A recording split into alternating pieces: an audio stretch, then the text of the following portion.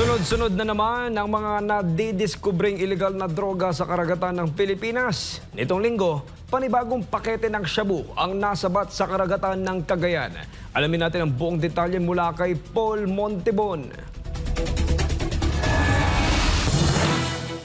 Tatlong insidente ng floating shabu ang namataan sa Cagayan Province na may kabuuang timbang ng humigit kumulang 47.35 kilos at nagkakahalaga ng 321.9 million pesos ayon sa PDEA. Dalawang mangingisda ang nagbigay ng impormasyon tungkol sa pagtuklas ng mga shabu na nakalutang sa dagat ng Barangay Sentro 6, Claveria, Cagayan noong Hunyo 15 taong 2025. Ang mga shabu ay nakapaloob sa 50 plastic packs ng gold tea bags na may label na Dagwanyin at may marka ng mga karakter ng Chino. Samantala, 2 araw bago ang pinakahuling insidente na kumpiska rin ang humigit kumulang 1 kilo ng shabu na nagkakahalaga naman ng 6.8 million pesos sa sitio Narvacan, Barangay Dilam, Calayan, Cagayan. Isang mangisda at isang barangay kagawad naman ang nag-turnover ng 750 gramo ng shabu na nagkakahalaga ng 5.1 million pesos sa sitio Mingay, Barangay San Juan, Santa Pracedes, Cagayan. Ang PDEA at PNP naman ay nagsasagawa na ng investigasyon upang malaman ang pinagmulan at destinasyon ng mga shabu. Pinuri ni PDEA Director General Undersecretary Isagani Neres ang mga mangisda sa kanilang katapatan at kagitingan sa pag-uulat ng insidente. Ang PDEA ay patuloy na humihikayat sa publiko na magbigay impormasyon tungkol sa mga kahinahinalang aktibidad at maging bahagi ng laban kontra illegal na droga. Para sa Diyos at sa Pilipinas, kumahal, nag-uulat Paul Montibon, SMNI News.